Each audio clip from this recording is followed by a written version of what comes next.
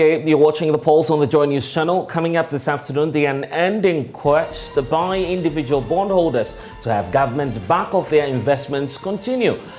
We are live in Parliament, where a group of individual bondholders have stormed the premises, insisting they must be exempt from government's debt restructuring program. We'll get the latest for you from Parliament. Also, Ghana Education Service is this afternoon considering alternative punishment for 8 dismissed students of the Chiana Senior High School, as President Akufo-Addo directs Ministry of Education to revert its decision to expel the girls from school.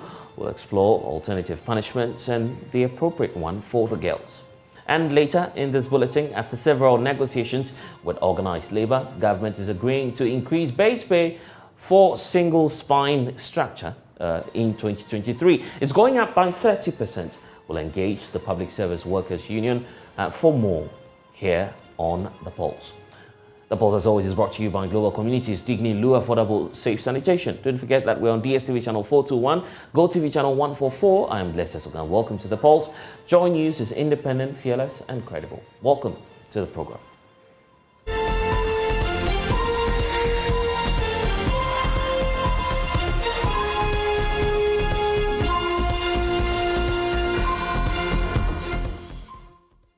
Well, this afternoon, the ending quest by individual bondholders to have government back off their investments continues. A formal request has been sent to government handed the Finance Ministry, detailing why the bonds worth 15.5 billion cedis should be exempt from the debt restructuring program announced by the Finance Ministry. This comes just 3 days to government's invitation for deadline.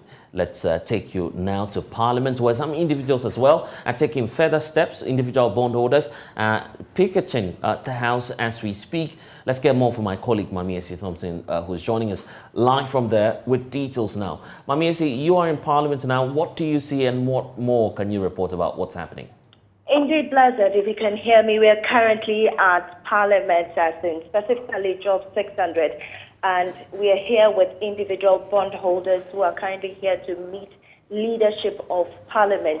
And when I talk of leadership, from both sides of the House, it's been led by convener Mr. Stenyo Hoti and lawyer Martin Tebu. And as I speak to you now, we also have a few of the over 10,000 signatures to the petition that is being presented to leadership of the House at this moment. And I mean, Blessed, as you've already indicated, it's all about being exempted from the domestic debt restructuring program. They just want government to take them out of it because it is going to affect or disrupt the livelihoods of over 1.3 million Ghanaians who have invested their livelihood into bonds here in the country. And I've been speaking to Senor Jose and other members of the group who say that not only are they the only ones affected within the country, but also their friends outside the country who have invested locally also are distraught about the current situation and are hoping that the leadership of Parliament will be able to help them get some respite from government and exempt them from the bill. So as I speak to you, the members' leadership are currently gathering to speak on the matter. And so for now, that is what is happening here in Parliament.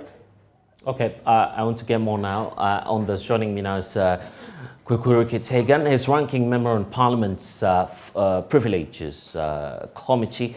Also, we have Dr. Edu Entry, convener of the Pension Bondholders Forum. I want to start off with you, Dr. Edu Entry, if you're with us. I mean, here we are, of course, seeking some solution to this matter. Some groups of people have gone ahead of you, gone to Parliament, asking Parliament to try and intervene. You are equally asking the Finance Ministry to do something. So let's start off from where we left off the other time. What response have you got from the Finance Ministry and by extension government on this matter? As at now, we haven't received any response from the ministry and also from the President of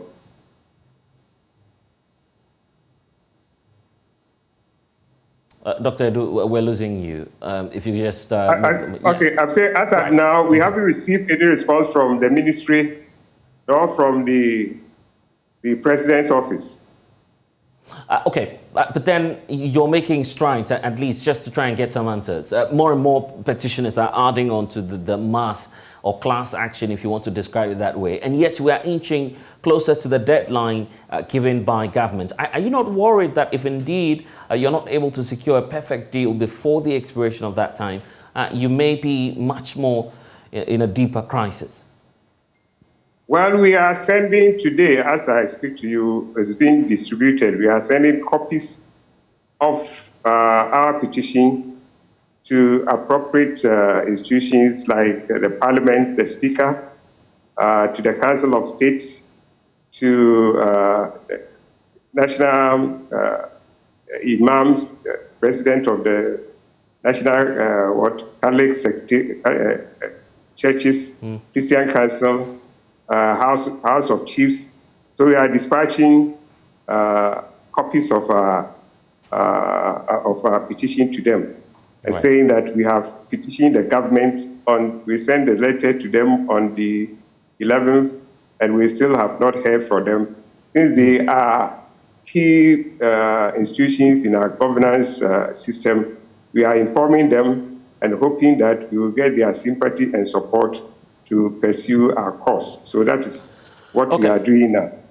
And I'm just wondering, what exactly are you seeking from this group? Many say the decision, the very final one, lies with the finance minister, at least, or the president, to intervene and to call him to order. Because the arrangements have been prepared, the debt exchange program, and in fact, the text of the new contract and the terms under which you'll be doing the exchange has been written plainly by the finance ministry. It's been prepared already. So what difference would it make if you're speaking to the Speaker of Parliament? Yes, that is why our petition was sent to the executive arms of the government. We sent it to the minister and copied the president.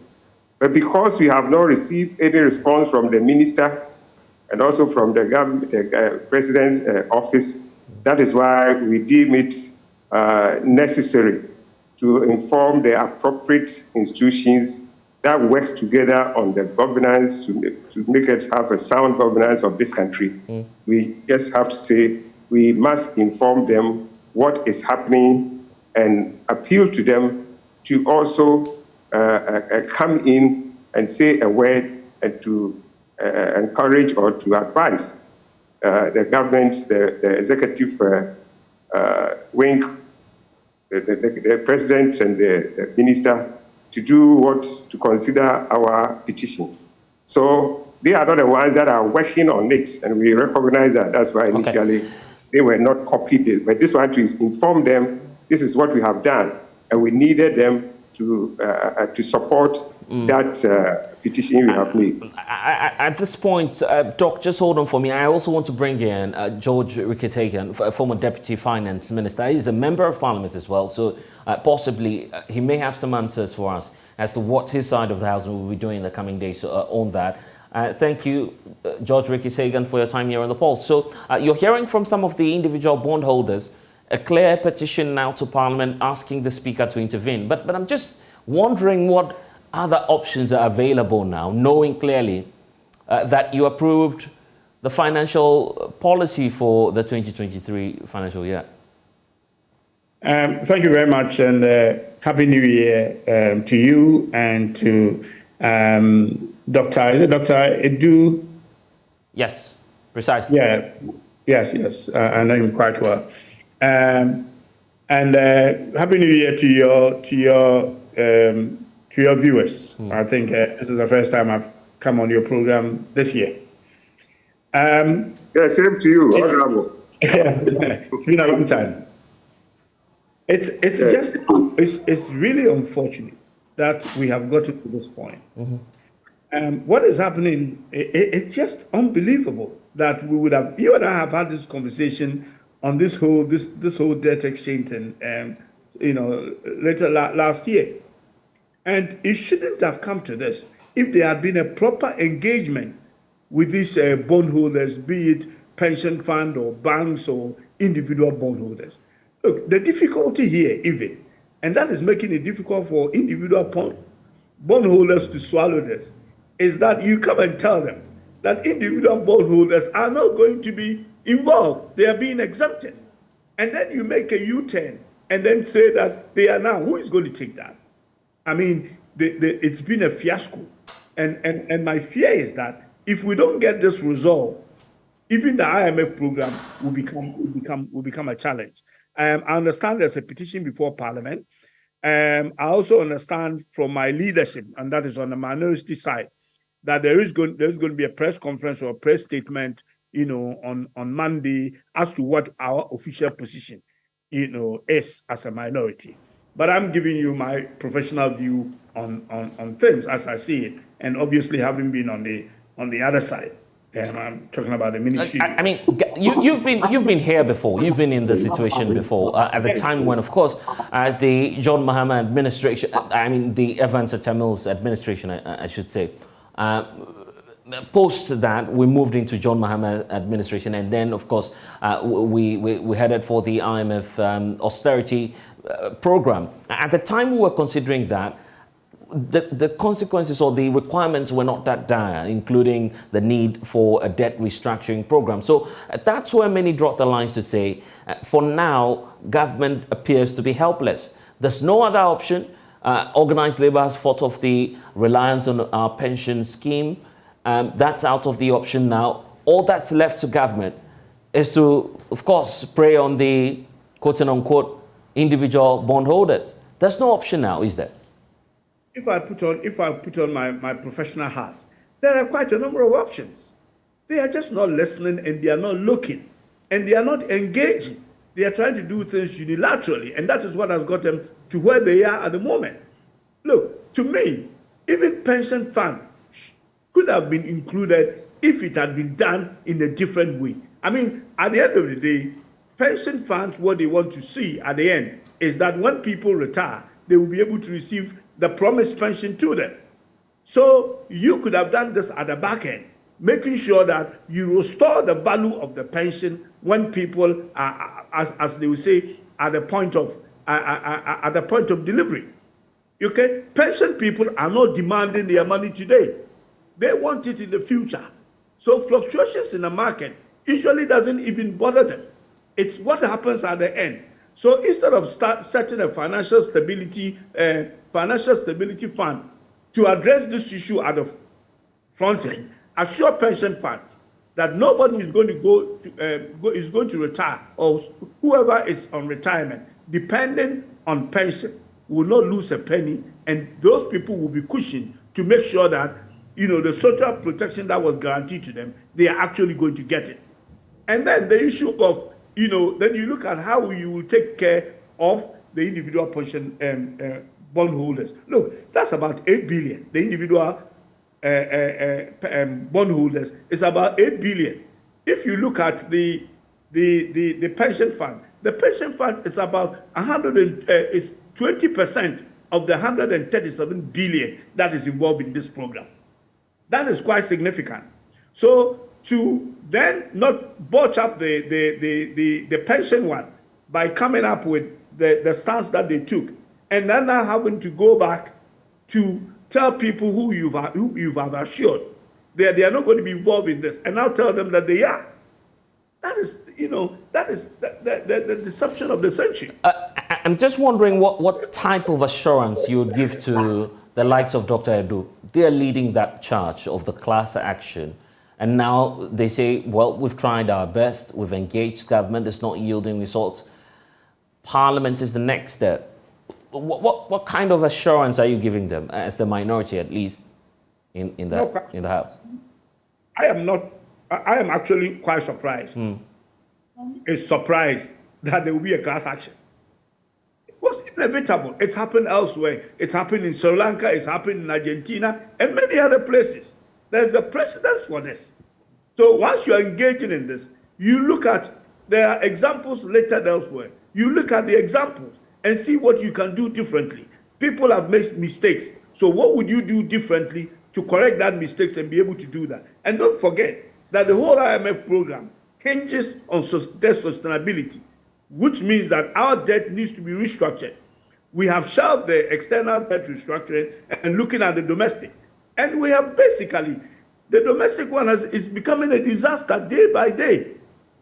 So at the end of the day, the government is going to get away with this. They will have to understand it clearly that there is no going to get away with it. Look, the very people who buy government bonds are the very people being messed up.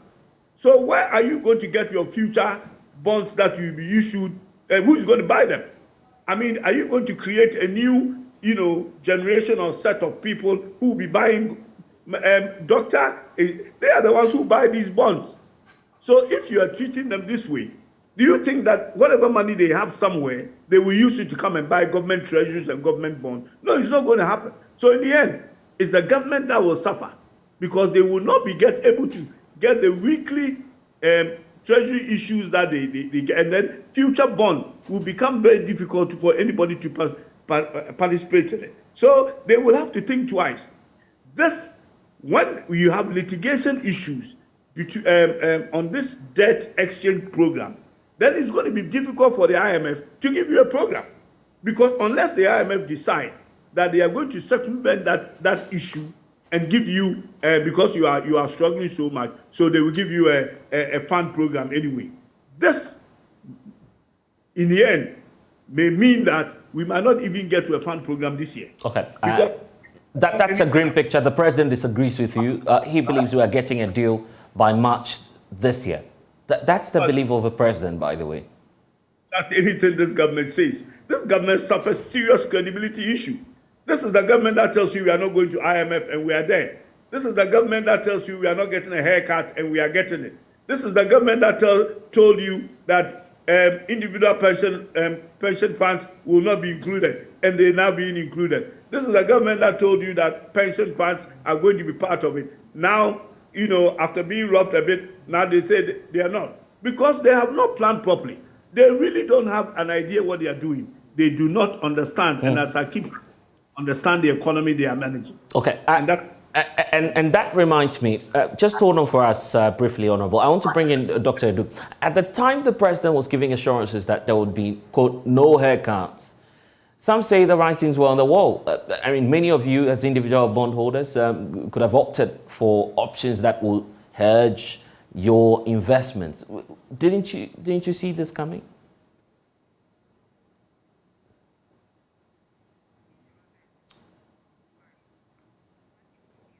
Dr. Edu, you would have to unmute for me. I was just asking if you didn't see this coming. Kindly unmute so I can hear you, sir. Hello? Yes, I'm with you now. Yes.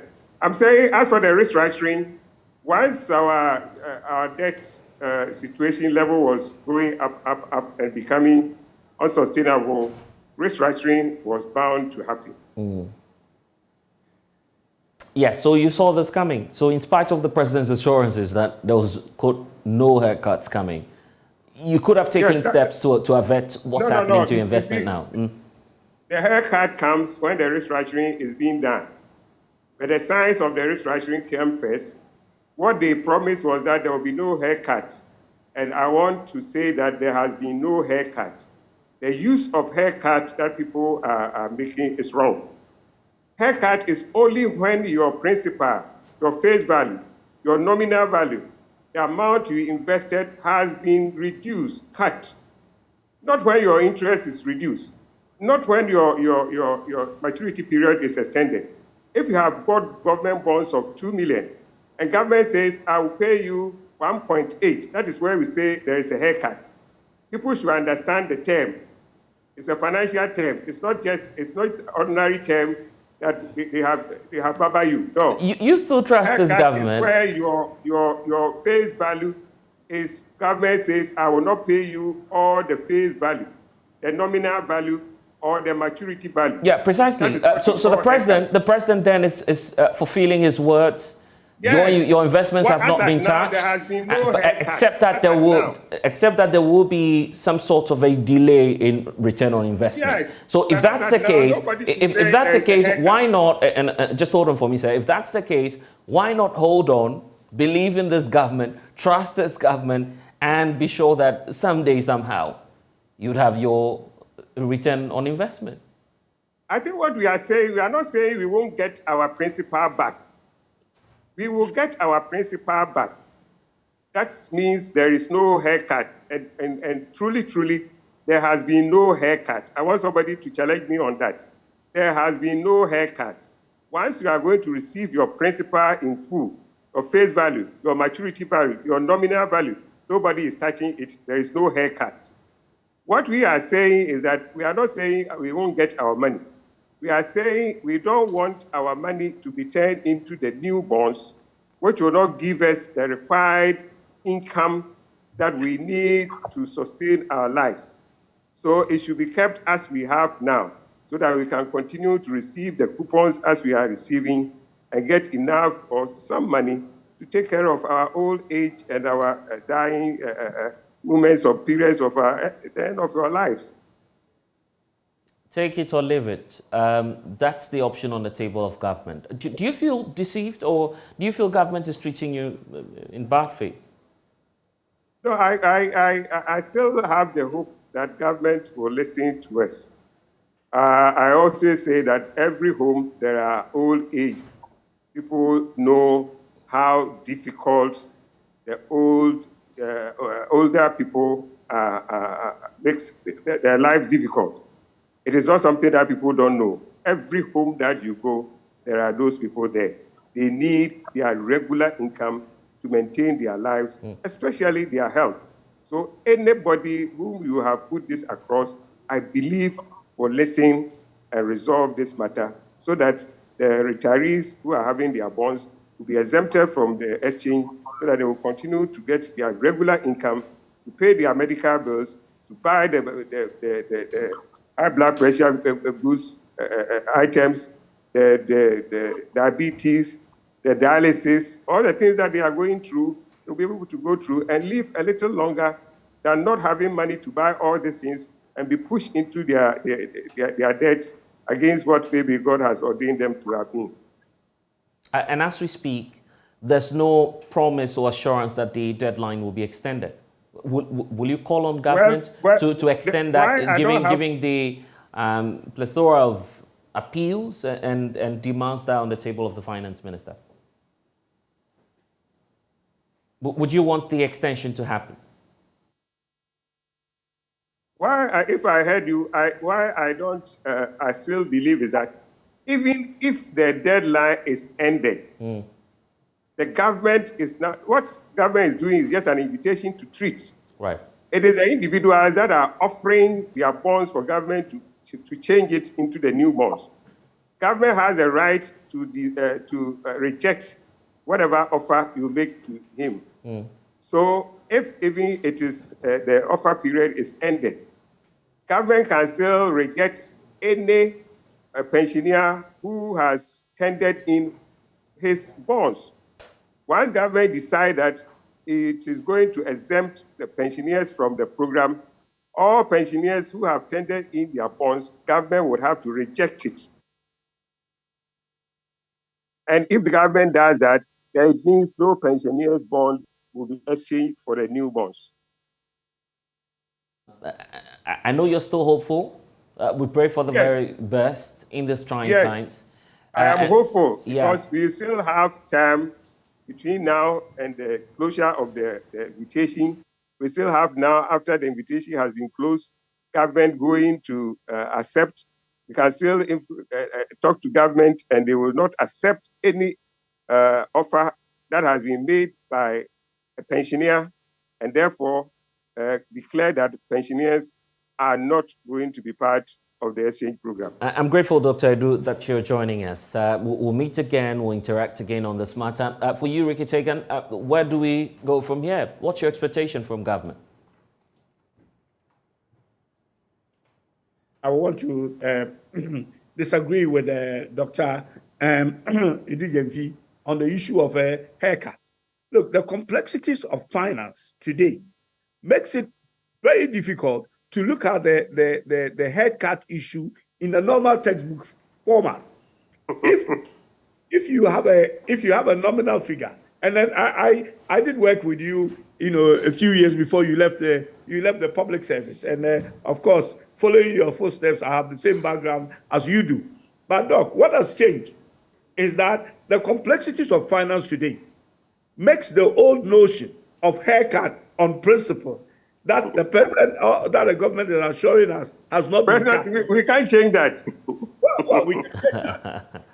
Yeah, you don't want to reinvent the wheels, do you? You can't change that. If they decide not to pay you even interest again, it is not haircut. Look, if you say if you are going to get your principal, say in a year's time, and now that principal is extended. Look, you have to look at time value of money these days. I know that, but that doesn't mean your hair has been cut. Your hair, I mean, in this case, what has been proposed by government is not even a haircut. It's actually the head itself being cut. Oh, really? The way forward here is that the government will have to reverse their decision because of the way they have approached the whole thing and reset and go back to the drawing board and do this again. I can assure you, if government wants to take the standard it has taken, this debt operation or debt exchange program will not happen. And if it doesn't, it is very unlikely that the IMF will get us a program unless they want to run a charity with us. And just on a lighter note, I see that you still have some hair on. Well, I don't know if that's an indication of how you're living in this trying times, is there? Unfortunately, I haven't got any bonds. Right. So you're safe then. But we hope that government will come through and do something. But Happy New Year again. It's good to see you. I'm sure that we'll interact. We trust government in sometime later. I'm grateful, Honorable George Ricky Tegan, that you've been able to join us here on The Pulse. Let's turn our attention now to education because the Ghana Education Service is this afternoon considering alternative punishment for 8 dismissed students of the Chiana Senior High School. This follows a directive from President Akufo-Addo to the Ministry of Education asking it to reverse its decision. The students were seen in a viral video hurling unprintable words on the president, but the question we're asking is what form of alternative punishment should we be looking at for these girls? We'll analyze that soon. But first, let's look at the letter directing the Ministry of Education to reverse the dismissal. Excerpts here on your screens. The President of the Republic, His Excellency Nana Addo Dankwa Akufo-Addo, has intervened in the above subject after his attention was drawn to it.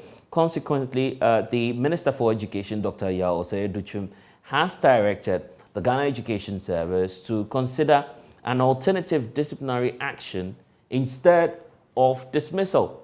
So that's signed by the spokesperson of the Ministry of Education, Kwesi Kwarteng, explaining to us that clearly a stance has been taken. Despite the President's intervention, PRO for the Education Ministry, Kwesi Kwarteng himself was on the morning show earlier. He says the punishment meted out by the GS was well within the law. However, they are fully supporting this directive. In case of misconduct, I mean, this penalty may be prescribed to you. If you look at the process that led to arriving this sanction, initially, the students were called together with their parents. A disciplinary committee was set up. I mean, you people who may have the background in law in terms of the principles of natural justice was strictly adhered to because they were heard. Students were heard. They were heard. After that, a decision was arrived. And then it was escalated to the governing board or the governing body of the school, which, of course, if you look at the governing body, for instance, you may be talking about the PTA themselves, which is the parents, teachers, their representation, the RSRC, of course, some leadership, especially within the jurisdiction or within the community, also serve on the board. So they also okayed the decision of the disciplinary committee. Then it was escalated to the district education level for their opinion. They also agreed with it, regional level, national level. At the national level, that is when the GES Council, which is the highest decision-making body, or the APES body of the Ghana Education Service also sat on it and approved the sanctions that was meted out to them. But of course, I mean, this morning, the president had to intervene. And for him, he believed that ultimately, even though he believes that when somebody commits an offense or commits a wrong or such misconduct, the person ought to be punished, he more or less aligns himself with the supreme interest at the end of the day, which happens to be the children's education. And so he feels that there have to be some level of mitigation. We need to reconsider the decision. And so consequently, the Minister for Education, Dr. Oseduchum, has also directed that the Ghana Education Service, which made this decision, needs to review the decision that was made. So our expectation is that by close of day, Ghana Education Service will review the decision and communicate same to the students affected or the students involved, let me put it in that context, and then also communicate same to the public. So, but lawyer and host of News Files, Samson Ayenini, thinks the punishment was high-handed. Let's, of course, broaden this conversation here on the Pulse. I want to bring in now, first of all, asking the question, what alternative should we be looking at? Let me tell you about who's joining the conversation now. We do have Dr. Asante. He's a political scientist at the University of Ghana. He has a special perspective on this matter. Benison Perry Jachi is the national coordinator of the Ghana National Education Campaign Coalition, GNEC. Thank you, ladies and gentlemen, for joining us here on the Pulse. Dr. Asante, I want to start off with you because we've not heard your take on the president's intervention ever since that directive was taken. And you say that you have an interesting twist to what we've been looking at all this while, just the punishment, the fact that these girls may not have the opportunity to be in school again. What's your view on this? The president has intervened. It should settle the matter, right? Kindly unmute for me, Doc, so I can hear you. Sorry. Okay, that's fine. Can you hear me now? Loud and clear. Right. I must say that the action of the students can never be supported by any human being. It is wrong, and as children, as human beings, you don't insult people, whether the parent is old or young or whatever. It's not part of our way of life that you insult. So it's actually wrong, totally wrong, and I condemn that. But let's look at something. How have we arrived here? All right, that is the crust of the matter. All right, and what I'm going to say is not to endorse what the children have done, no, but just to explain how we have arrived here so that we can take a critical look and address the issue head on. If you look at what has happened so far, all of us as a society must bow our heads in shame because we have allowed the society to degenerate. So now socialization has broken down. It's purely an issue of socialization, and it's a breakdown of socialization and the problem associated with it. What is socialization? It's the process of inculcating values, norms, standards in people so that they develop to become the best for society. Right. All right. There are agencies of socialization. And what are the agencies? The family, the school, peer groups, the public places and all that. Let me use the family.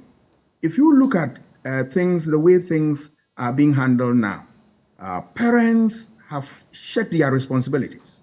So the training that children ought to go through at the family, where they are given proper orientation about the do's and don'ts of our society. A lot of families have, checked out of this, and children are doing what they think they like, all right? And you see parents, some of them, not all of them, coming out to parents, insult people, and children learn by way of imitation, all right? The wrongs that adults commit within families, children emulate. You take the conversation further to the schools. It's not different. You see insult, you see attacks and all that, and you ask yourself, whether the school is acting as a proper agency of socialization. Move into peers is worse, where the peers, because families are broken down, because schools are ineffective, you see peers educating children and miseducating children, if you like, towards certain directions. So you see this type of behavior very, prominent among what the peers. Right. What is more is that if you look at public places, all right, you see workplaces, insult here and there. You see even among certain institutions. Look at political actors in this country. They insult every time. Some of them, you see pure insult held at their opponents and all that. What do you expect children to do? They learn by imitation. They see people as role models and they learn from them. I believe that the way forward to this thing is for us to intensify our education on socialization, right, so that the standards, the norms that have kept the society together will bring them back. Over the past 24 hours. And then make sure that we enforce them. That also put a responsibility on the part of those in education, especially the ministry. I know that part of their curriculum, these things are taught. They need to enforce them rigidly so that they inculcate in the children these important values, so that you see political officers, you see elders, you don't insult them, you don't attack them. It is not a way of life. The last aspect of it I want to touch on is the issue, because I've talked about institutions. The social media is a critical component of this. It is a field day for people. People go there and all manner of values are learned, behavior and whatnot are all there. And children learn this thing and bring it to the fore to the society. So I believe that we as a society, we have failed in the first place to right these wrongs and prepare our children for a better life. Two, the next point is that I want the children to also know that they owe the society and themselves a responsibility, that whatever that is given to them by way of training, they will emulate and live up to expectation. I just want to pick up on the point about the social media, because in the last few hours we've seen lots and lots of activities going on, advocacy, asking the president to reverse the decision. Will this in any way add to the president's approval rating, politically speaking?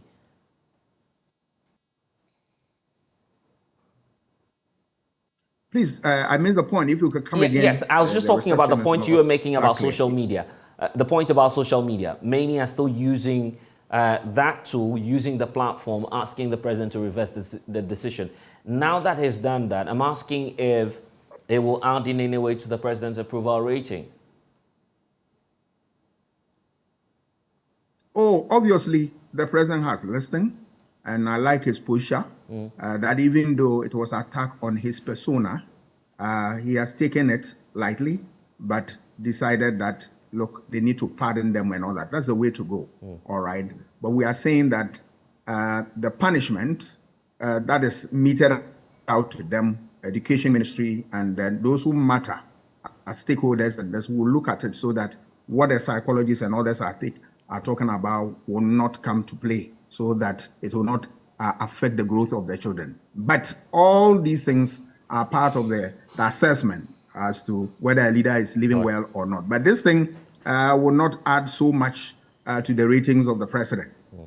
That is, there are real, extremely critical issues that people look at, the economy and other things, and that is the way to go. But of course, this also is a giant step that the president has taken that we think is appropriate. Dr. Sasanthi, thank you for your time. Let's hear from Bernice Imperijechi. She's the National Coordinator for the Ghana National Education Campaign Coalition. Earlier, you issued a position on this, asking government to tone down on the level of punishment meted out to these school children. Now the president has intervened. Are you welcoming that? Yes, please. We welcome the decision that the government has taken to reverse the dismissal into other punitive measures that is needed for the children. Because the children have done wrong. What they did wasn't right at all. Because if your father tells you, I'll give you something, and he doesn't get it at the time that you need, you don't go ahead to insult. So it's something that we really condemn as a coalition, and the children didn't do well. But for the fact that at a point in time, the children themselves have realized the wrong they have done. And then I saw one video of them apologizing, crying, and then all that. So I think the president listened to their plea and decided to reverse the dismissal, because the dismissal was going to cause a lot more harm than good directly to the children, to their community, and even the entire nation. Because to dismiss 8 girls out of school, the implication is so wide that we think that we are just punishing them for not doing something right. So we welcome the president's decision, and we are so much grateful to him for considering the future of these children and then making such initiative. But I think this is a deterrent to other students and all other persons to learn something from it, that as part of our culture as Ghanaians, children, you don't have the right to insult any adults no matter what. At least you can express your views, but going that far in the form of insult is so bad. I agree with what Doc was saying to some extent, that we have broken our community socialization, because now everybody is insulting, everybody is saying all kinds of things, and we see it to be normal. Right. So these children may also see it as normal. So we thank the president for this decision. Okay, but you're saying that should not take away the punitive measures. Something else should be done. Yes, something else should be done. Something else should be done, because as a coalition, we were not happy with the punishment that GES gave. It was too harsh to the children. So we are asking that they have a disciplinary toolkit that is supposed to guide them in meting out punishment to students who become culprits or who break certain rules. But sacking them was too harsh. But we agree that the children should be punished. Otherwise, we have another concern, that now the image of those children to some extent has gone very viral with some form of stigma attached to it.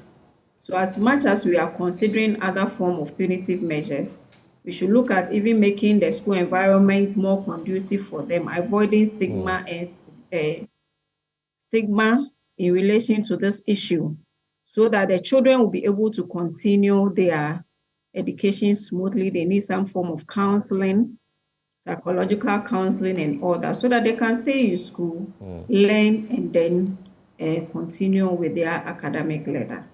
Okay, and very finally, what would you expect from the parents as well? Some of them are equally worried about what's happening. Yes, so I'm sure they would never be happy that the names of their children has gone far, which is directly attached to them as parents. It could also be that maybe they have failed in instilling discipline to their children, but that may not be the case. They've also been affected, but I would encourage the parents to also talk to their children, counsel them. They shouldn't be too hard on them, but rather encourage them, let them know what they've done is wrong, and they should encourage them to go back to school, take everything out of their mind and concentrate on their studies, which is very important to us now as a nation and all stakeholders working in the area of education. Well, we'll keep watching the space. Benis is the National Coordinator for the Ghana National Education Campaign Coalition. We're grateful for your time here on The Pulse, but there's a lot of drama unfolding in the education front this afternoon. 2 former students of the Association International School have sued the school over its decision to withhold their transcripts until they settle their outstanding school fees. In a suit to endorse their rights and enforce their rights, actually, the education at the Human Rights Division of the High Court in Accra. The students, that's Sewenam Avle, and we also have Selikem Avle, who are suing through their mother, allege that after paying some 100,000 Ghana cedis out of 141,560 Ghana cedis school fees, in spite of all of that, when they were ready to pay the rest of the amounts, the school informed them that the balance of 41,560 cedis, equivalent to $8,593 at the time of first payment, was now 111,709 cedis due to the depreciation of the Ghana cedi at the time of paying the second tranche or installment, if you want to put it that way. When they disagreed with the school on the outstanding amounts, they alleged that the school told them to stay at home due to the inability of the students to pay the remaining fees. Well, Ikuya Hayford Amvle is their mother, and fortunately, she's joining us in studio to have a discussion on this. A lot happening. I'm sure that you've seen what's happened to the girls. And as a mother as well, you are equally wondering what's happening to yours as well. Just give us an explanation for those who may not be aware of what happens at Associations International in terms of the fees that are charged and how they go about the activities. How does it really go, like, I mean, for you, the parents paying the fees for these children? All right, thank you very much. What it says is I enrolled my 2 kids at association. Now my second girl joined at grade 8. And that means that grade 8, 9, 10, up to the 11 she is now, I have fully paid fees, and we pay in dollars. The school charges in dollars, but then they convert the dollar to cedi for you to pay. So sometime last semester, we owe them 141,560. And I had paid 100,000 to the school. So I was going to pay my 41,560 to close the case. Now, when I went, the school heard, Mrs. D told me that my 41,560 is now 111,000 Ghana cedi. And why is that? Because of the depreciation of the cedi. Okay, right. So I was like, what? But then that was not what we discussed. Once you've given me a figure to pay, I just have to pay that. In any case, I can't even afford 111,000 cedis. I can't pay. You know, we are in difficult times. Let's understand this. When you're getting admitted into Association International, do you get to sign an agreement with the school that, well, I'm paying you this amount in dollars? Yes. So we get to fill an enrollment form before you get into the school. Now, the issue at stake here is even not about the money. The issue at stake here is that my children are in their final year. They need to move on to the next level, to the university. Now, the grade 8, 9, 10, and 11 that I have fully paid for, I need those transcripts so that they can move on to another school. Now, this is where Mrs. D is telling me that, yes, you pay the 8, you pay the 9, you pay the 10, but I'm not giving you those transcripts because your 41,560 is now 111,000. Come and pay. As we speak, my 2 girls in their final year are home, traumatized. And final year, you mean at what stage of education? IB2 and IB1. So Sogah Avle, she is in IB2. She's supposed to graduate in June. And now she's home. I tried to find another school for her. The school is demanding that they get their old transcripts from Association. Association is holding on to it, telling me that they won't give me the transcripts I have fully paid money for. And you're supposed to pay over 100,000 Ghana cedis? Yeah, no. What it says is that each child pays like 4,800 and something dollars, and my kids are 2. Right. So I am paying like 9,000 something dollars every 6 months. And so the years they have been there, I have fully paid for. If we have issues with this one, I told Mrs. D, hold on to the grade 11 issues. Hold everything you have, hold it on. But the ones I have paid, I need it so my kids can progress to the next school. You said you've sacked these children from school, the kids are home, give me my transcripts I've fully paid for. You say no. And then she's threatening me that she knows IGP. And so anytime I get to the gate, she'll call the IGP to come and throw me into jail or into cells. Okay. You're deciding to go to court over this matter. Yes. Why so? Yes, because my kids must go to school. As I speak, Sogah has deadlines.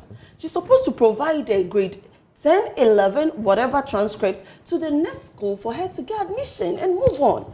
They are home. They are traumatized. After all these dollars I have paid, I've paid over 7 billion or more to Association International. Because my kids are 2. Remember, if everybody's paying $1, I am paying $2. So that's how touching it is. Okay, the IB1, IB2. Well, these are systems, and we need to explain that to our viewers to be able to follow the conversation. The IB1, IB2 are systems that you wouldn't find in the Ghanaian curriculum. So try and explain that level of education. Is this supposed to be like a secondary school or like a junior high school level? So for those who are watching. In the Cambridge, they do the IGCSE, IG1, IG2, and then you move on to do IB1, IB2, and then you move to the university. My first child, which is Sewenam Avle, is in IB2, supposed to write whatever her final exams in June to be able to make it to the university. And this is the transcript I need for her to go. And Mrs. D is holding on to it. And I sacked the children. So what's the point? At the beginning of every semester, we sign a contract. My duty is to pay my fees. Your duty is to show me a proof that you've taught my children. And that proof comes in the transcript. So the grade 8, when I took Salichem, I stood on my toes and I paid over 90,000 in cash to her. That period, that semester, grade 8 first semester, I paid you 90,000. Where is the document that shows that my kids have been educated? When was the last time you made another attempt just to try and talk to the school authorities? That was I think, in November, December, before the school went on break. I tried every means to resolve it so that by January, I can get it for Sewenam to go to school. But the woman, Mrs. D, is so determined that my 41,560, I have to pay my 100,000, 111,000 to her before I can make progress. You have some issues with Mrs. D? No, you seem to be mentioning her name a lot. Because she's very, hyper. When you sit her down to talk to her, she just screams and shouts instead of listening to reason. What she's doing is human rights issue. She's just preventing my kids from moving on after all the monies that you've collected. I need to also state that we've tried reaching the school. We'll still make some efforts. If we indeed hear from the school, get you some response on that.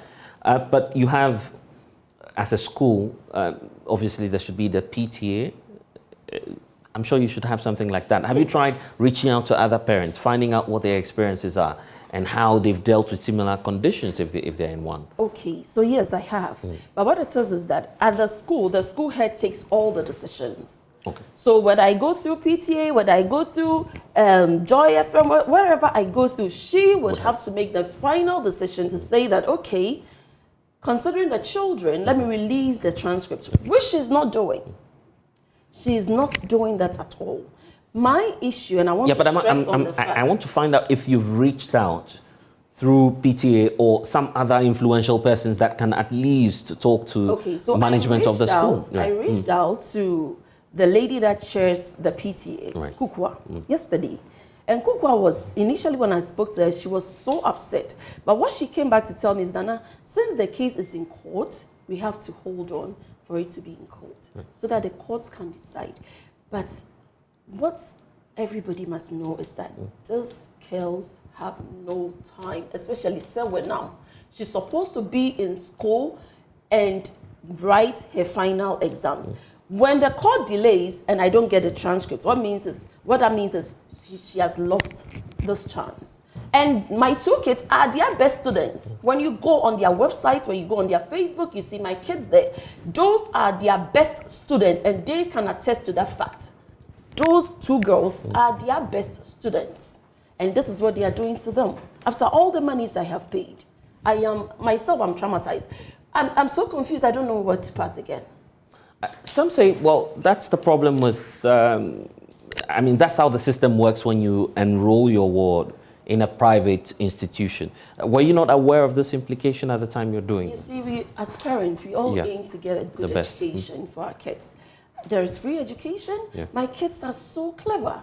They could have been in Wesley Girls. I wouldn't pay a dime. I would have saved all these money. But because I wanted to get them into the Cambridge system so that, our perception is... You want them to experience another form of education. Okay. So that is why I took them there. I'm fully aware that at the Cambridge, whatever curriculum, I'm supposed to pay this amount, which I have been doing. And I have done so many years.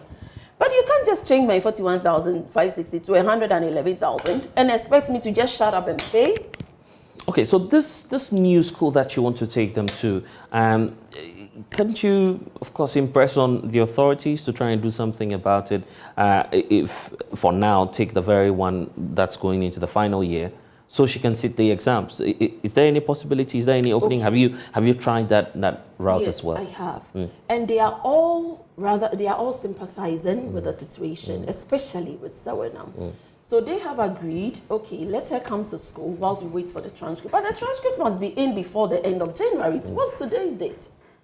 Today is about 13th or something. Yeah, it's gone way into it. Exactly. So without the transcript, she's just stuck. She can't move on. And the new school can't push her without those transcripts. You understand? Right. Finally, on the issue of the court, when are you in court? When will this, unfold in court? Okay, so we went to court on the 12th. And what exactly are you asking from the court? So what I'm asking from the court is that Mrs. D should be compelled to give me my transcript for my kids. And she should, I want the court to explain to me, because I know the Bank of Ghana law says that we shouldn't even be paying in dollars. And even if you are paying dollars, you should use the Bank of Ghana rates. I think association has their own rates that they use. And I want the court to let me understand whether somebody, an individual, can just sit down and say, my rate is 15 cedis, and that is what you have to pay. That is what I want the court to let me know. More importantly, the court should help me collect my transcript. But then, the other issue is that the court has adjourned the case to 23rd. Okay, which is way ahead of the time that you wanted to get that. Exactly. So that's the problem which you find yourself. That is the problem. Okay, why not try getting the dollar equivalent, maybe converting your CDs into dollars so you can give them the amount in dollars? So do you feel you may be breaching some laws if you do that? That because that would mean I would have to change a lot of money to get the dollar they're saying. And every day with me, I pay my money in cedis. Okay, so that's what you've been doing over the years. Every day. So that's the practice. When they tell me you have to pay $5,000, I'm a Ghanaian. The Bank of Ghana law says I shouldn't pay anything in dollars. So I just convert and I pay you in cedis. If I've made part payment and I'm ready to make the second installment to finalize everything, you can't change the figure. Do you understand? It's like you bought a coat from me, you're ready to pay. I say, hey, no way. You can't pay the amount. I've tripled the amount. Pay me before I give you your coat. How will you feel? And this is my kids. These are my first two girls. Very clever students. They are their clever students. And that's an association. Okay, let me give you the opportunity just to make one final appeal. I'm sure that a lot of people are watching us now. What would be that special appeal that you'd want to send across? Okay, so I would like to appeal to anybody who knows the head of School of Association International, Mrs. D, to please plead with her to grant me the transcripts of my children for the years I have duly paid her for. I have paid her for some terms, Salicem, semester grade 8, 9, 10, 11. I have fully paid for. There is no point holding on to their transcripts and destroying their lives. So I want to plead, even if government can come in, whoever that can step in to speak to the woman to release the transcripts for my kids to progress to the next level, I would be very, very grateful. And that's the story of a mother who wants the best for her children, Nana Ikuya Avle, joining us here on The Pulse. And we'll still try to reach Association International. As and when we have them, we'll get an official response on that and bring you some updates. You're still watching The Pulse. When we return, we'll talk about the good news for organized labor, 30% increment in base pay. It's all coming up here on The Pulse. Please stay. We'll be back shortly. And you're welcome back to The Pulse. After several negotiations with organized labor, government has agreed to increase base pay for the single spine structure in 2023 by 30%. The increment, which takes effect from January 1, is to help cushion workers in these difficult times. There's more in the following report by my colleague Michael Ashali. In November 2022, the labor unions wrote to government requesting for 140% increase in their base pay for 2023. The unions cited mainly the increased cost of living as justification for their demand. After 2 meetings, labor was willing to bend. Government progressed to 18. We also progressed to 65. we've never been difficult. We've been considerate for years, and many things have gone wrong. So I think that is the time to right the wrongs. The single pay salary structure is the most indecent structure in this very country. We will never take anything below the 60%. We are not representing ourselves. We are representing our constituents. And we have to go back and inform our members who sent us to negotiate for them. For government, it was a frustrating process. Unfortunately, we have had to table something anytime we have met. But Labour insists on a figure. So we are going back and we'll reconvene. Tensions were brewing, with none willing to yield to the demands of the other. Both parties broke into caucuses several times to deliberate further. But after 10 meetings in 2 months, a deal was finally reached. Here is Labour Minister Ignatius Baffour-Iwar. The base pay has been increased by 30% for the 2023 financial year. The effective date of this is 1st January 2023. And as I said, this brings to an end the 2022 COLA of 15% of base pay salary. But Ignatius Baffour-Iwar urged the workforce to increase their productivity. What we also require of workers is also to increase their productivity and also work to justify this reward which is also coming to them.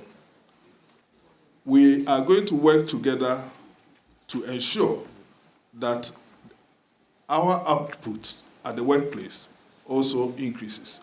And we are charging Fair Wages and Salaries Commission to lead that course of monitoring what we do at the workplace and also coming out with measures to help us to be able to increase our productivity. Finance Minister Ken Ofori-Atta says agreeing to increase the base pay will take a toll on the finances of the country. This is going to take a toll on the budget, but I'm confident that with enhanced productivity and the commitments that we both have given to each other to make sure that there is peace in this country as we look at pensions issues, labor issues, I think we've come to a satisfying conclusion. And I really would like to thank all of you for your commitment to that. Fiscal implications, of course, we'll have to work with that. But really, the issue of a peaceful environment for us to work is something that we treasure, and we really applaud you for that going forward. Secretary General of the Trades Union Congress TUC, Dr. Yao Ban, spoke on behalf of the labor unions. This has been a very, very difficult negotiation. And we are happy that it has ended today. It's important that we speak the same language. And I'm sure the 30%, even though it is not what ideally we want, will create that opportunity for us to speak one language and work together to make sure our country recovers to where we were before the COVID hit us. Both parties agreed that the 15% cost of living allowance should be discontinued. For JoyNews, Michael Ashale.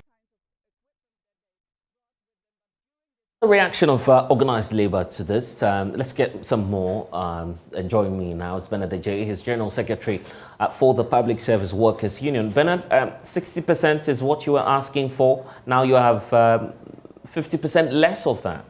How are you feeling as organised labour? Kindly unmute for us, Bernard, so we can hear the points you're making. Hello? Yes, hello? Now we can hear you loud and clear. Yes, loud and clear. No.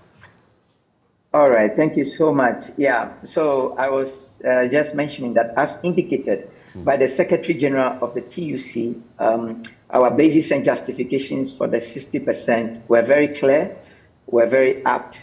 But of course, in every negotiations, you must try and end it at a point. And Mandela says, if you are not willing to compromise, then you don't even have to go and negotiate.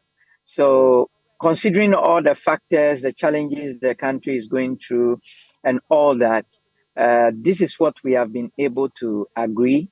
We would accept it for now as we continue to work to make sure that public sector workers are adequately rewarded for the efforts of their labor. But then what reaction are you getting from the local chapters within the Public Sector Workers Union? Because mind you, this is a time where you're experiencing inflation at a whopping 54.1% as of December last year. So some say it will be the figures may be eroded by the 30% increment.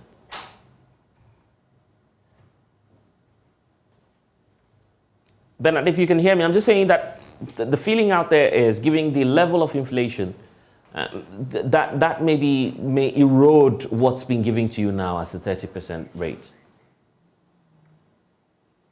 Hello, Bernard.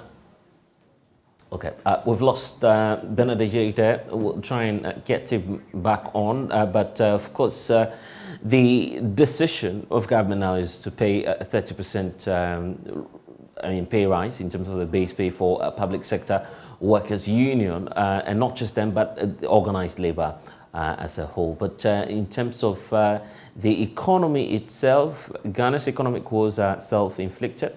That's according to Dr. Amachi Boateng, a senior political science lecturer at the Kwame Nkrumah University of Science and Technology. Well, he has observed that the country's economic crisis are self-inflicted by government. Dr. Amachi Boateng says this is due to financial indiscipline in managing the cost of government spending and borrowing. He was speaking to Love FM. In the face of economic crisis, Ghana now sits with the International Monetary Fund for an extended credit facility program. Political scientist Dr. Amachi Boateng observed there has been no precautionary analysis employed in government borrowing. Politicians, they don't factor cost and cost implications into their policy formulation and policy implementation. Ghana is where we are because we didn't pay attention to cost. We didn't pay attention to balancing our books. So we're just using the country's positive image to take loans. We're not bothered so much about how much money we're taking and how we're using it. But that is why even at the tail end that everybody saw that the country was in a terrible mess and that Ghana should go to the IMF, the finance minister could stick his neck out and make those statements that he made, that Ghana is a proud nation. And that's nothing to do with pride. You have messed your economy up. You are in a terrible financial situation. And when we say this, it is not the finance minister who incurs or who experiences the difficulties. No, it's the ordinary people. Our economy has not been in the hands of proper managers. Meanwhile, Dr. Amachi indicates several political laxities of the government, including nepotism, have led to unimpressive records of corruption. The record of Nana Akufo-Addo is not impressive. Political corruption, personal appropriation of public resources. There's an irony that Ghana currently is facing economic challenges, but that particular challenge, that canker, lingers on.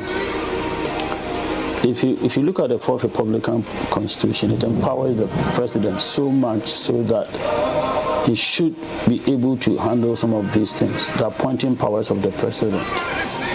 He's not been able to handle any, case successfully. Concerning issues bordering on political corruption involving people that he himself has put into political office. One thing that Nana Addo did, which if subsequent political leaders don't consciously move away from it, will destroy Ghana. Nepotism. You have too many family members in government, and that is outrageously big and it's serious, it's dangerous.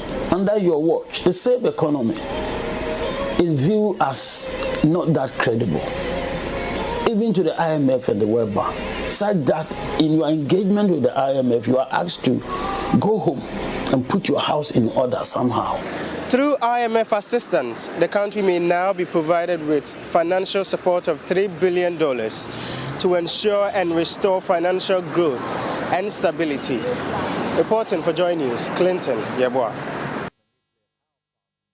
On now to politics. The national chairperson of the National Democratic Congress, NDC, wants party members to let go of all rancor in the party to build a solid campaign team for the 2024 general elections. Johnson Asiedu Nketia says factions within the party will disrupt the good message of the party and ruin their campaign in the upcoming elections. He was speaking to the media during a reconciliation tour of the Ashanti region. Has started its reconciliation tour in the Ashanti region to iron out issues that can derail the party's agenda to regain political power in the 2024 general elections.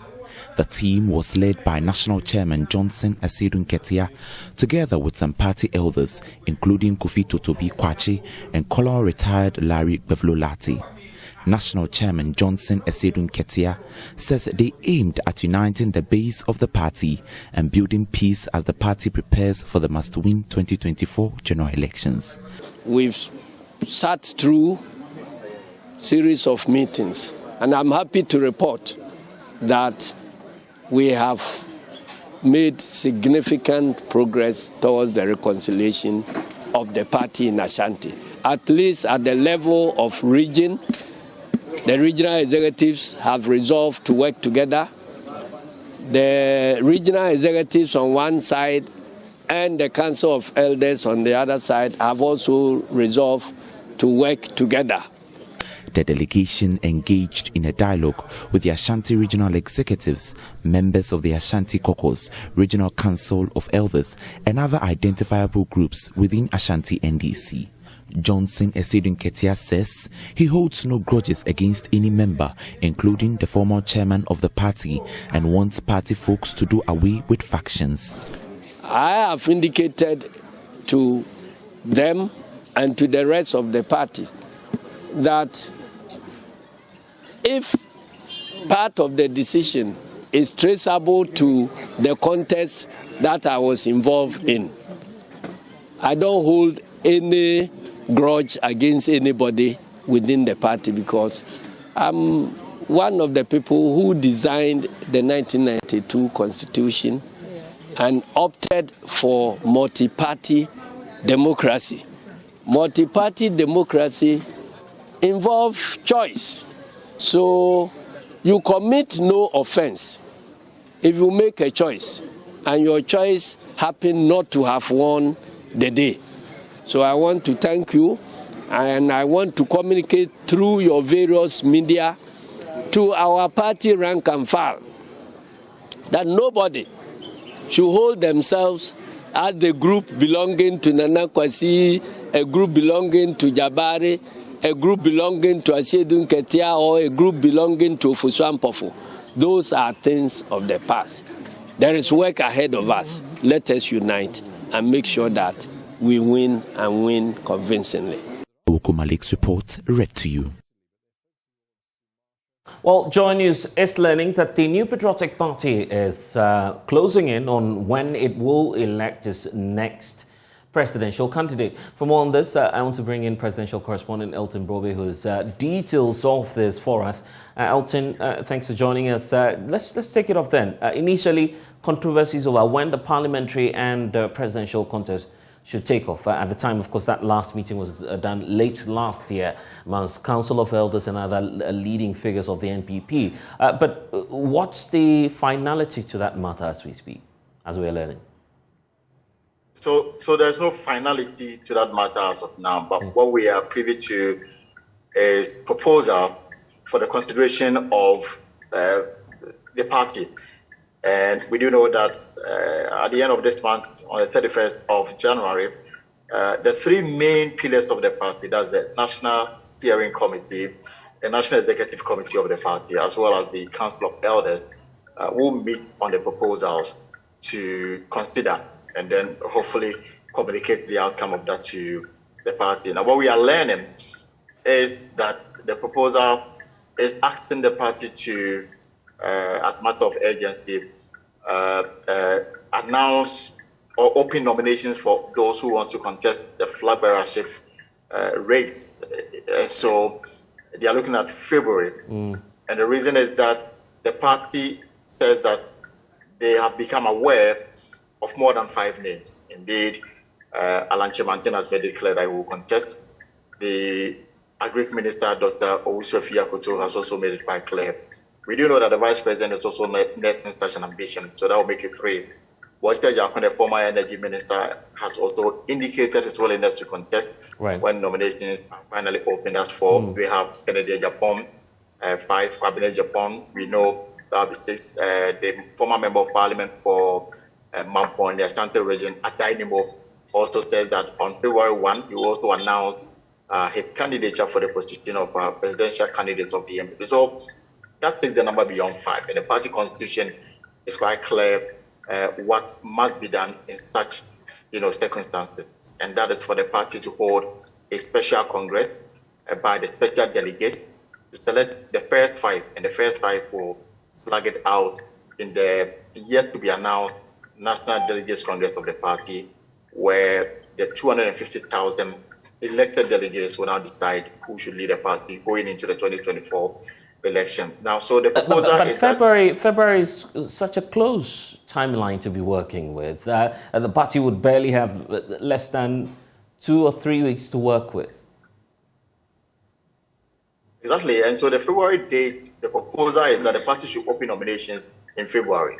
And then if more than 5 people pick nomination forms to contest, they are clear to go, the party should set May 2023 to hold a special congress. And this special congress, those eligible to vote will be the special delegates. And the special delegates are just 1,200 individuals made up of constituency chairmen, regional executives, members of parliament, some identified groups in the party. Their number is just 1,200. And this special or these super delegates will now decide, will vote for the presidential, aspirants. And the first 5, from number 1 to number 5, will be the final individuals to contest for the flag bearership position of the party. And then the proposal is that if they are able to select the 5, then they will probably hold the Congress in November to select a candidate for the party ahead of the 2024 general elections. That will give the party at least a year, or that will be the candidates at least a year to, campaign for the presidency of the country. And that's what the party wants to say, that when they are in power, they elect their candidate a year before and opposition 2 years before. What decision is then being taken on the parliamentary level elections? Initially, there was some, divided opinions within the rank and file of the party as to when, for instance, orphan constituencies should have the elections take place, when the entire exercise for the main parliamentary candidates should also take off. Has that been resolved by the executive body of the NPP? Well, I'm sure that will also be one of the issues that they will discuss at this very important meeting on the 31st of January, to also look at the date for the holding of parliamentary primaries in orphan constituencies and indeed, areas that they have sitting MPs. They have decided that they will have separate days for the presidential race and the parliamentary, primary. So this upcoming meeting, I'm sure, will take a decision on that as well. Elton Brobe is our presidential correspondent. Thank you. Earlier, we're talking about that good news for organized labor, 30% increment in base pay. Unfortunately, we lost Bernard J, who's the General Secretary of the Public Sector Workers Union. Fortunately, he's joining us back. And Bernard, I was just asking if, of course, 30% is okay with you, knowing that you've lost more than 50% of the entire value you were looking at. You were calling for a 60% increase in the base pay. As I indicated earlier, this is negotiations, and in negotiations, there are several possibilities or outcomes that you could get. This is one of the outcomes, and the documentary you showed earlier indicated how difficult it had been, how tough it had been, the longest ever round of negotiation, the caucuses. It was indeed very difficult and tight. We could also not let our members down. So in the midst of all the factors and issues that were brought to the table for negotiations, we believe that this was the best, even though we wanted to get more than that. But we believe that as citizens of this country, we also hold the country dear at heart, and we will look forward to upcoming negotiations to see how we resolve the issue of low pay in this country. What then happens to COLA, the cost of living allowances? That's also on my mind, knowing very well that that was an allowance just to cushion you, while you work at getting a rise in the base pay. Has government communicated its position on that allowance?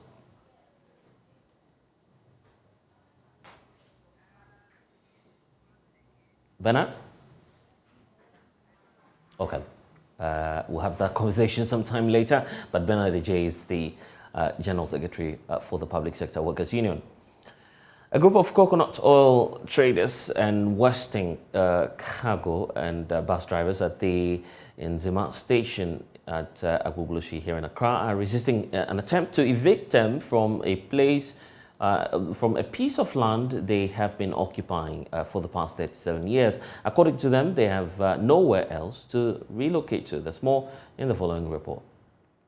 Traders numbering about 150 have been plying their trade on the said piece of land located in the heart of Agbubulushi since 1986. But their occupancy is under threat as they've been served notice for evacuation to make way for redevelopment of the land for headquarters, popularly known as Kayayi. They are, however, not happy with the move.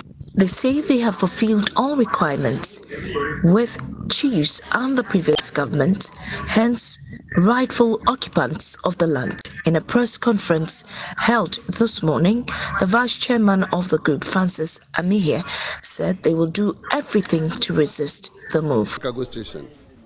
About a week ago, we were here when we received a team of policemen led by one doctor in Katia to serve us notice or to remove us from this place on this land occupied since 1980s. According to Dr. Nketia, we need to vacate the land due to the fact that the Vice President of the Republic of Ghana, His Excellency Dr. Alhaji Mahmoud Maumia, is proposing to us proposing to the land to construct toilet and bathroom facilities for the headquarters, popularly known as the Kayayis in Accra, who came from the northern region. We were not happy to hear this since we were not given priority notice before Dr. Nketia communicated to us just last week. Ladies and gentlemen of the press, we, the Nzima Cargo Oil Traders and Western Cargo and Buses Union of the GPRTU, has always complied with all regulations regarding our tenancy on the land. Mention to be made above the fact that there was a collaboration agreement between the late John Rawlings government and some chiefs from the Greater Accra region, House of Chiefs. We boldly say that we are rightful occupants and will therefore take any action, especially legal, to prevent the Vice President to evacuate us from our land. Ladies and gentlemen of the place, if the Vice President is not aware, we would like to inform him with all due respect that about 90% of land in Agbubulushi here belongs to our brothers who comes from the northern region. He should therefore use part of their land for construction rather than evacuating us from this piece of land. Some of the traders and drivers who spoke to JoyNews say they have nowhere to go when they are ejected from the land. We've been here for 37 years now, and they say they want to sack us. So, what are you going to get money to take care of our children? So, you are pleading to the government. You are pleading. You don't have a place to go. You are pleading to the government. Money information said nothing about it. But man cash and tray, man cash must man and Kofuaba, a soldier for Kahun, police for Kahun. So, Mama just has an free and some. Mama, ya baby, and I am Kahun, Izima, Ahina Yanko. A report by Prince Kwame Kuduga. And the Ghana Boundary Commission says the National Boundary Commission of Côte d'Ivoire is ready to share intelligence to help it fight against the activities of illegal mining, which is polluting River Tano. Authorities in Ghana and Côte d'Ivoire have raised concerns about the heavy pollution which is affecting the river body, which actually serves as a boundary between the two countries. Speaking to the media after the Lands and Natural Resources Minister paid a working visit to the offices of the Ghana Boundary Commission, National Coordinator Major General Emmanuel Kotia says the authorities of both countries will map out strategies in subsequent meetings. It didn't come about that. It's being handled between the Ghana Boundary Commission and the National Boundary Commission of Côte d'Ivoire. What the National Boundary Commission of Côte d'Ivoire offered us is that they are able to they are ready to give us intelligence to assist in the illegal mining efforts along the River Bier and Tano areas, because it's also affecting them. So in subsequent meetings, strategies will be discussed and various actors within Ghana and within Côte d'Ivoire will be brought in to map up a strategy in which we can assist. There is a need for collaboration between the two countries because these river bodies serve as boundaries between the two countries. So there's a need. You cannot go and carry on an activity without the consent or the cooperation or the collaboration with the other country. I think there was a meeting, there was a conference at the Labadi Beach Hotel, I think sometime in December or November. Yeah, I want to find out what the conclusion was in the agreement. Yeah, with the Ivorians. Yes. Yeah, we discussed quite a number of things. There are quite a number of initiatives that we're going to carry on with the Ivorians this year, and those were conclusive during the meeting. First, we are going to do a reaffirmation of our land boundaries, starting from April. In the end of April, we are both going to meet in Dollar Power because there are issues of Dollar Power. So we've agreed that we're going to have spent 3 days in Dollar Power to do an assessment of Dollar Power and see how best we can prevent some of the issues that come up in Dollar Power in various dimensions. And then one of the issues has to do with the ITLOS agreement. And then we also agreed on cross-border cooperation. We've agreed that the pride communities along our boundaries, we should be able to find resources to rehabilitate schools, clinics, and what have you, so that we'll be able to prevent any problems that can come out of some of these issues, problems that we have in those communities. Okay, so let's talk about a topic we almost never discuss here in the country. Chess. It has the power to improve cognitive skills, self-confidence, and also increase memory capacity. The top countries for chess that you need to know about, we have Russia, we have the United States of America, China, India, Ukraine, and a lot of countries that actually are welcoming to that sport. All very successful countries economically do embrace the sports when it comes to chess. In Ghana, however, little attention is given to this particular game in spite of numerous benefits. JoyNews' Tema correspondent Kwame Yanka has more in the following report about the game of chess. Tema Classics chess game, which was a 3-day event, saw both children and adults outwit each other with the smartest move one could ever think of in the various categories. The event, organized by Nightmare Chess Club, brought together chess players from Ghana, Togo, La Côte d'Ivoire and Nigeria. Although such events help to unearth talents, harnessing these talents to raise Ghana's flag high on the international stage requires capital injection. Former president of Ghana Chess Association and current patron, Air Commodore George Akudazi says the country can only go far with the right investment.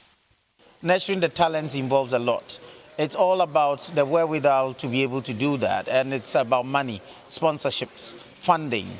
And this is where we always call on the corporate bodies to actually do what we call their corporate social responsibility to assist the Chess Federation in this quest.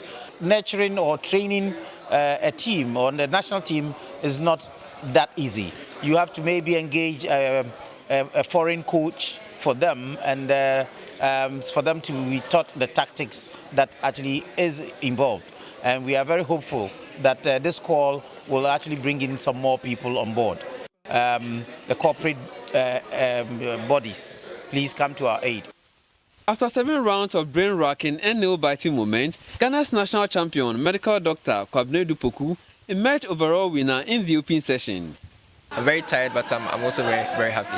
It's my biggest tournament win to date. It's my first big trophy. So yeah, I'm very happy. I'm going home very, very satisfied with how the past 3 days have gone.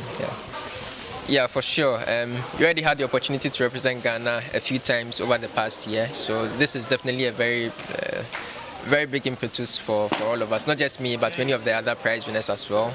We'll all do our best to try and improve, and in any further opportunities that we get, we'll try and play better. This one is my first one. It's the nationals that I won back to back, but yeah, it's not easy to win any tournaments. You need to play well, you need to be in good form. Sometimes you also need a little bit of good fortune to go your way. Somehow all those things managed to go my way these past few days. So yeah, it takes some work, practicing, studying as much as you can. But also when you show up, you need to be in good form. Yeah, so I'm very happy that things went my way this time around. A parent, Julius Richardson, who has been supporting Tema Nightmare Chess Club, touches on the importance of the game for children. He is happy his ward has taken keen interest in the game. I told a friend, I said, before you have your first broken heart, right, you would have learned it in chess. Because people actually cry after the games, right? So for children, I think it's immeasurable what it teaches them. Poise, calm, focus, and an ability to deal with many of the things that are going to happen later on in life just behind the board, right? I'm not going to talk about how it improves on the academic level. That's a dead horse. That's something that everybody knows. But if you think about the possibility it has for building community and having these children get to know each other, chess is a big game outside of Ghana, right? And even just our neighbors, Togo, all these guys are doing amazing games. I think specifically Kenya. We've been out there in Kenya and they have like 6,000 children in the game. So it does something for that social fabric. A special award was given to Maud Benson as the best female participant. In the Blades category, Bernard Anre from Ghana took the 3rd position. Egbe Kosi Thiri, who is the current national champion of Togo, was 2nd, with Ivorian national champion Dugondo Simplice taking the 1st position with cash prizes. Well, you might also want to take an interest in that sport. But that's all we have for you here on The Polls. We'll see you again next week. I'm Blessed.